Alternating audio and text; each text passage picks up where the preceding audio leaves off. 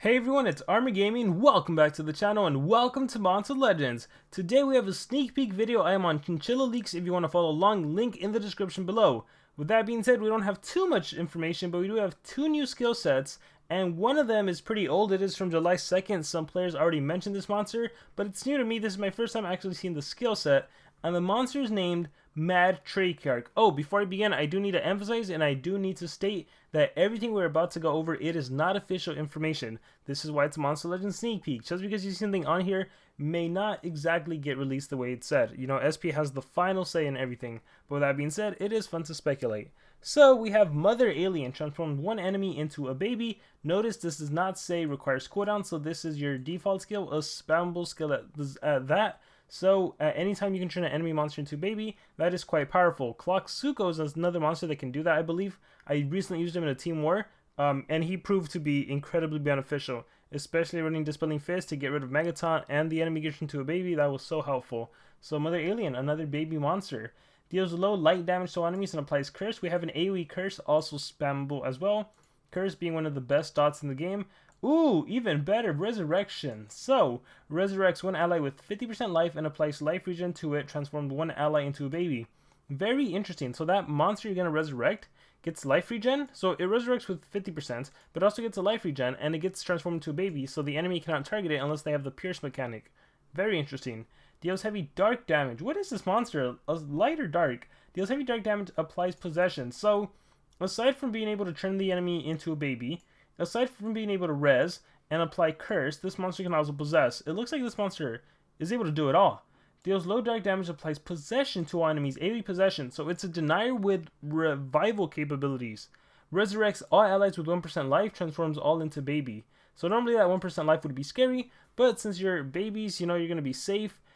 Depending how it works out, who you resurrect, who gets to turn in, you know, maybe you resurrect a taunt dodge area, so your ally, so your dodge area will survive if your taunt monster dies, or you resurrect Pangoliath who has Megaton. So if you resurrect Pangoliath in your attacker, Pangoliath, even though it's with 1% life, it'll absorb all the attacks and your attack can go. In a war scenario, you can get 2 coins, so this could prove to be very beneficial depending what allies are dead and who you resurrect. Deals moderate light damage to all enemies, applies curse, and transforms all enemies into babies. Wow! Okay. So, we have AoE Possession, and then we have AoE Curse plus Baby. This is good. Now, keep in mind, in the game, we recently got the Smite talent, which is an AoE trait disable.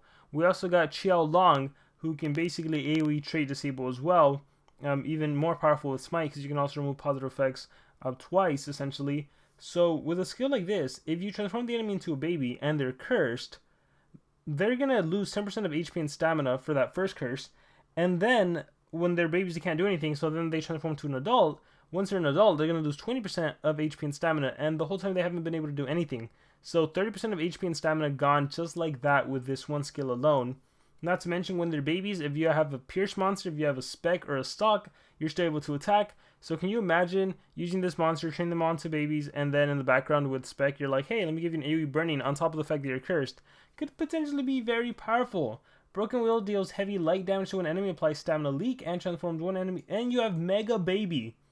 Mega Baby. Have we seen a Mega Baby before? I feel like we haven't seen a Mega Baby. Is this the first Mega Baby? Let me know in the comments below. Let's see, we have Mega Time Stop, we have Mega Stun, Mega Freeze, Mega Possession, Mega Baby. Seriously guys, let me know in the comments below.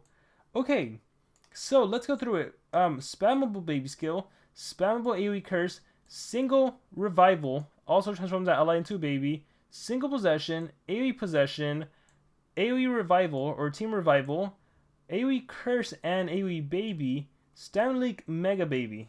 I gotta say, it's a pretty good monster in terms of the skill set. We're gonna see what influence Pure Panda and Xiao Long have in the meta, because potentially we could start using deniers again, especially a denier like this that can do a lot, really. Deals heavy light damage, disables trait, applies curse and Mega Possession. Phenomenal ultimate as well.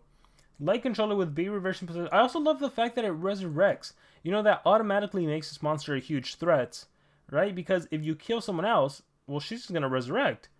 But if you kill her, maybe someone else is a threat. So the fact that you can deny and resurrect and have a good dot skill, I like it. The thing that would make this monster a lot more menacing is if she had a revival relic, which I don't think she's going to have. But I don't know, I haven't seen a picture of her, so I could be wrong.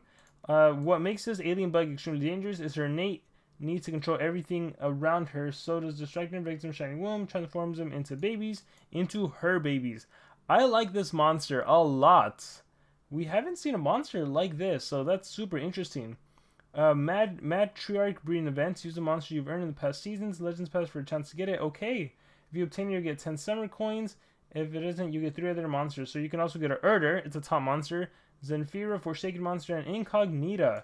So you're going to do Sir Volgar and Enrica as a chance to get her. You're going to also substitute the Golden Pass monsters, Lord Nabotis and King Charmless. It's also going to be the Frat monster. So potentially I can see players getting her ranked up relatively easily. So for those of you that are in a team where players buy Frat coins, or Frat gems, and then you get the additional cells, you're going to get a Resurrection monster. So that's pretty awesome. You can also deny pretty good. And then this is our other monster. But before that, check this out. This is Elgaza, the loading screen. Looks quite vicious. And here we have Mad-Triark. That looks like Matriarch. So yeah, what can we infer? You know what? Maybe she will have a revival. For some reason. She's a light monster. Maybe she will have a revival. That'll make her even more menacing. You can run a soul drag. If she dies, she comes back to life and can resurrect. Ooh, I don't know. If not, she'll probably have like an armor. I can see an armor on her. Not a sword. Definitely not a sword. Not a shield. Maybe a shield. But I can see armor revival. Oh, an amulet. She's not really holding any amulets. She's definitely not a staff relic. So yeah, we'll have to see. But we also have another skill set for another monster. And this one is Gobslayer. Okay, so Gobslayer, what do you have? It looks pretty straightforward. Deals moderate metal damage to one enemy. Purely evil. Cruel and Coward deals low metal damage to all enemies. Vorocious Hunger deals heavy metal damage to all enemies, applies bleed. So far, I'm not liking it. It looks like it's going to be a strong attacker. Let's Go Crazy applies triple damage and vulnerable to itself. So he's one of those monsters where, you know, it's a risk reward. You give yourself triple damage, so an insanely strong next attack, but you also expose yourself to the enemy, making their attacks 50% stronger against you. Dirty Cut deals very heavy metal damage, applies bleed. Yeah, so, oh wait, this is the spammable skill. This is zero cooldown. Very heavy metal with bleed that you can use whenever combined with UA. That always tends to be pretty powerful. Applies Artifact Hater, double damage, and precision to itself. So we have a monster to take down those pesky artifact monsters. We're talking about those Cruel Electrics. We're talking about those Megalobots. And I think there's another one. Meltius, right? Those exclusive bounty hunt monsters and Megalobots. So, could be useful against them. Break and Shred applies Artifact Hater to itself. Deals massive metal damage. Okay, definitely. So this is a setup skill, which I'm not a big fan of, because nowadays it can get cleansed away easily. But this skill right here gives Artifact Hater first, and then it deals massive metal damage. Yeah, this is 100% artifact killer. Meltius is dead. Cruel Electric is dead. Megalobot is dead. None of those are the metal, right? Megalobot is water. Meltius is fire. Cruel Electric is thunder. But yeah, you're gonna get triple damage against them. So even if, assuming you have Unrelenting Assault, even if you're not a high ranked, right? Let's say you're ranked 3. This is gonna pack a huge punch. You're going to give yourself an extra turn with Unrelenting Assault, and you can just do your spammable one. Where is it? You can just do Dirty Cut, right? And who knows what the cooldown it is. What if SP makes it like a 1-turn cooldown? I doubt it. It'll probably have like a 3-turn cooldown. But you're going to do Break and Shred, and then Dirty Cut, Dirty Cut. Wow. Oh, and he probably has a stronger attack. Let's see. X Layer deals very heavy metal damage to an enemy. Disables trait on one enemy, deals very heavy metal damage. Oh, wow. It attacks twice. Deals very heavy metal damage, and then deals very heavy metal damage. Okay, this is interesting. This is super interesting. So, assuming you do Break and Shred, applies Artifact Hater, deals massive metal damage. If then you attack an artifact monster with X Layer, this first attack is going to have the triple damage, because you have your Artifact Hater and the enemy has Artifact, but then you trade disable, so then if you attack that monster again, you'll lose your Artifact Hater advantage, because now they are no longer artifact monsters. So that's just something to keep in mind. But again, going back to if you are taking on an artifact monster, I think most of the time you would do Break and Shred, and then you would do, where's your other one? You would probably do the AoE, assuming you don't get your Sound Drained or everything, heavy metal damage to everyone and bleed. You would do that, but let's say you just have to single target, that's where you go Dirty Cut, and then this skill right here X-Layer, you really want to do that against someone else. You really want to end with this.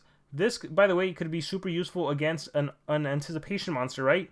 X-Layer, heavy metal damage, trade disable heavy metal damage. They have anticipation. It's not going to trigger. So I'm liking this monster. I didn't think I would. I'm like, very basic. But you have a skill that can stop. We haven't seen a skill like this that attacks, trade disable, attacks again. Because, yeah, this would make it so anticipation would not trigger. It's anti-anticipation, right? You take on Lord Nabotis, attack him, U8 will trigger, you're dealing a lot of damage. He's trade disabled, you get to go again, and then you can artifact hater, go after the Melty. Man, pretty cool. Ruthless backstab applies vulnerable to an enemy, insane metal damage, removes 50%. Yeah, that's going to kill him too. Metal attack with the artifact hater, high damage skill. I wonder if he's going to have the highest power stat in the game. I gotta say, I really like these two monsters. I've been saying this season. SP really pulled out, like, they just went all out with the monsters. Every monster has amazed me. Just about every monster. The exclusive Golden Pass monster, or whatever it is, I don't even know. That one was kind of the only letdown, but everything else has been quite amazing, I think. And I am really looking forward to the Bounty Hunt monsters. This might be one of the Bounty Hunt monsters, but I am so looking forward to seeing what else SP releases. So with that being said, guys, again, this is an ML sneak peek, so let me know what you thought about it in the comments below. Thank you very much, and remember to subscribe.